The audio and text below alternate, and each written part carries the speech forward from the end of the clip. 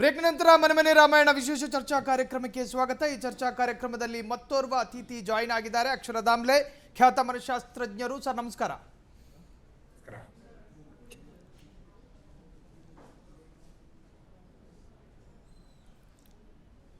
S, ಧ್ವನಿ ಕೇಳಿಸ್ತಾ ಇದೆಯಾ ದಾಮ್ಲೆ ಸರ್? ಕೇಳಿಸ್ತದೆ. ಎಸ್, ಈಗಿನ ನವ ಜನರೇಷನ್ ಸಾಕಷ್ಟು ವಿಚ್ಛೇದನಗಳ ಮುಖಾಂತರವಾಗಿಯೇ ಚರ್ಚೆಗೆ ಒಳಗಾಗ್ತಾ ಇದ್ದಾರೆ. ನವ ದಂಪತಿಗಳು ಬುಧವಾರ ಮದುವೆ ಆದರೂ ಗುರುವಾರ ಡಿವೋರ್ಸ್ ಆಯಿತು. ಸೊ ಈ ತರಹದ ಪ್ರಕರಣಗಳು ಹೆಚ್ಚಾಗ್ತಾ ಇದೆ. ಇದಕ್ಕೆ ಮೂಲ ಕಾರಣ ಏನು ಅಂತ ನಿಮ್ಮ ಪ್ರಕಾರ?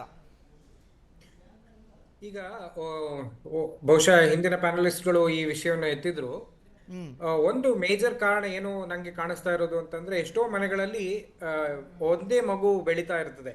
ಅಂದ್ರೆ ಮಗು ಒಂದೇ ಇದ್ದಾಗ ಮನೆಯಲ್ಲಿ ಅವುಗಳಿಗೆ ಅಡ್ಜಸ್ಟ್ಮೆಂಟ್ ಅನ್ನುವಂಥದ್ದು ಏನು ಇರಬೇಕಾದ ಅಗತ್ಯ ಇರೋದಿಲ್ಲ. ಯಾಕೆಂದ್ರೆ ಅವುಗಳಿಗೆ ಅಥವಾ ಅವರಿಗೆ ಏನ್ ಬೇಕೋ ಅದೆಲ್ಲ ಸಿಗ್ತಾ ಇರ್ತದೆ. ಆದ್ರೆ ಒಟ್ಟಿಗೆ ಜೀವನ ಮಾಡ್ಲಿಕ್ಕೆ ಶುರು ಮಾಡಿದಾಗ ಏನಾಗ್ತದೆ ಅಂತಂದ್ರೆ, ಒಬ್ರಿಗೊಬ್ರು ಅಡ್ಜಸ್ಟ್ ಆಗುವಂತಹ ಅಗತ್ಯ ಇರ್ತದೆ. ಇಬ್ರು ಬೇರೆ ಬೇರೆ ಕಲ್ಚರಲ್ ಬೆಳೆದಿರ್ತಾರೆ. ಆವಾಗ ಅವರಿಗೆ ಹೊಂದಾಣಿಕೆ ಆಗೋದಕ್ಕೆ ಕಷ್ಟ ಆಗ್ತದೆ. ನಾನು ಹೀಗೆ ಬೆಳೆದಿರೋದು, ನಾನು ಹೀಗೆ ಇರುವಂಥದ್ದು, accept me the way I am ಅನ್ನುವಂಥ ಒಂದು ಟೆಂಡೆನ್ಸಿ ಇತ್ತೀಚಿನ ದಿನಗಳಲ್ಲಿ ಹೆಚ್ಚು ಕಾಣಿಸ್ತಾ ಇದೆ.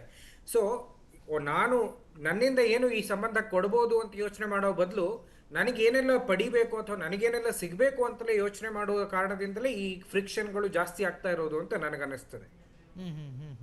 ಎಸ್, ಮಾತನಾಡೋಣ. ಇನ್ನು ಪದ್ಮಿನಿ ಮೇಡಮ್, ಈಗಿನ ಈ ಜೆನ್ಜಿ ಅನ್ನೋ ಜನ್ರೇಷನಿಗೆ ಮೇಡಮ್, ಆ ಥರದ ಇನ್ನು ಮುಂದಕ್ಕೆ ಮದುವೆ ಆಗೋರಿಗೂ ಕೊನೆದಾಗಿ ಏನು ಮೆಸೇಜ್ ಕೊಡ್ಬೋದು ಮೇಡಮ್?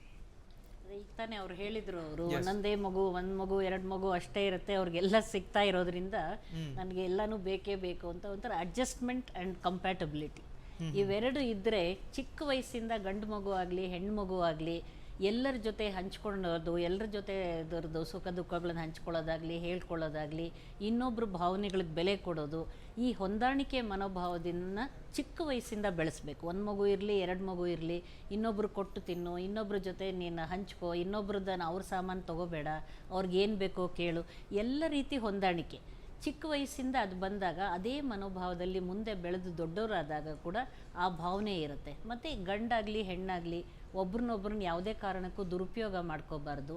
ಇಬ್ಬರು ಪರಸ್ಪರ ಪ್ರೀತಿ, ವಿಶ್ವಾಸ, ಗೌರವ ಭಾವನೆ ಮತ್ತು ಹೊಂದಾಣಿಕೆ ಭಾವನೆ ಇದನ್ನು ಬೆಳೆಸ್ಕೋಬೇಕು ಅನ್ನೋದನ್ನು ರಿಪೀಟೆಡ್ಲಿ ಮಕ್ಕಳಿಗೆ ನೀ ತೊಡೆ ಮೇಲೆ ಕೂತ್ ಕತೆ ಹೇಳಿದಾಗ್ಲಿಂದ ಹಿಡಿದು ಆ ವಯಸ್ಸಿಂದ ಹಿಡಿದು ದೊಡ್ಡವರಾಗ್ತಾ ಬೆಳೀತಾ ಬೆಳೀತಾ ಎಲ್ಲರ ಜೊತೆ ನೀನು ಪ್ರೀತಿ ವಿಶ್ವಾಸ ತೋರಿಸು, ಜಗಳ ಕದನ, ಇನ್ನೊಬ್ರದ್ದು ಕಿತ್ಕೊಳ್ಳೋದು, ಹಂಚ್ಕೊಳ್ಳೋದು, ಮತ್ತು ಅಥವಾ ಅವ್ರಿಗೆ ಗೌರವ ಕೊಡದೇ ಇರೋದು, ರೆಸ್ಪೆಕ್ಟ್ ಕೊಡದೇ ಇರೋದು, ಇಂಥದ್ದನ್ನು ಮಾಡಬೇಡ ಅಂತ ಹೇಳಿಕೊಟ್ಟು ಮುಂದೆ ಬೆಳೆದು ದೊಡ್ಡವರಾದಾಗ ಗಂಡು ಹೆಣ್ಣು ಹೌದು ನಾವು ಪರಸ್ಪರ ಒಂದೇ. ಮತ್ತು ಮದುವೆ ಟೈಮ್ನಲ್ಲೂ ಕೂಡ ತಂದೆ ತಾಯಿಗಳು ಗಂಡಿಗಾಗಲಿ ಅಥವಾ ಹೆಣ್ಣು ಮಗುಗಾಗಲಿ ಅವ್ರಿಗೆ ನೀವು ಒಂದು ರೀತಿಯಾಗ ಒಂದು ಉಪದೇಶ ಕೊಡಬೇಕು.